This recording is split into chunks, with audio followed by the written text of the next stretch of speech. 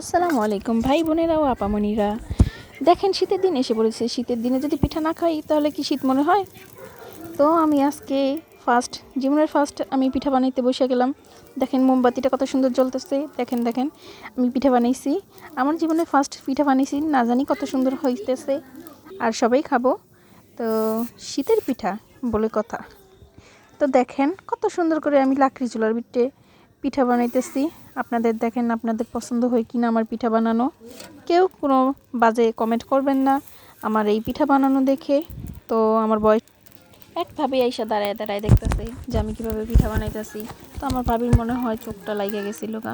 তো এই পিঠাটা ভালোই হয়। এরপরের পিঠাগুলা দেখতে জঘন্য হয়, তার জন্য আমি পিঠা বানানো বাদ দিয়ে উঠে গেছি। তো আর আমি পিঠা বানাতে বসি নাই।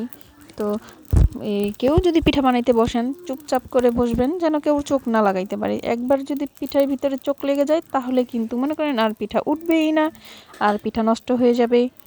তো আমি আপনাদেরকে এই পিঠার রেসিপিটা পুরো দেখাতে পারলাম না, তার জন্য সরি। আমার খুব রাগ উঠেছিল পিঠা সুন্দর হয়নি বলে। তো দেখেন এখন আমার পিঠাগুলো আমি তুলে দেখাবো আপনাদেরকে। দেখেন কত সুন্দর হয়েছে। কিন্তু দ্বিতীয়বারের পিঠাগুলো আপনাদেরকে দেখানোর সুযোগ হলো না। তো ওই পিঠাগুলো খুব বাজে হয়েছে, তাই উঠে গেছি, আমার আম্মুকে দিয়ে দিছি। তো আল্লাহ হাফেজ।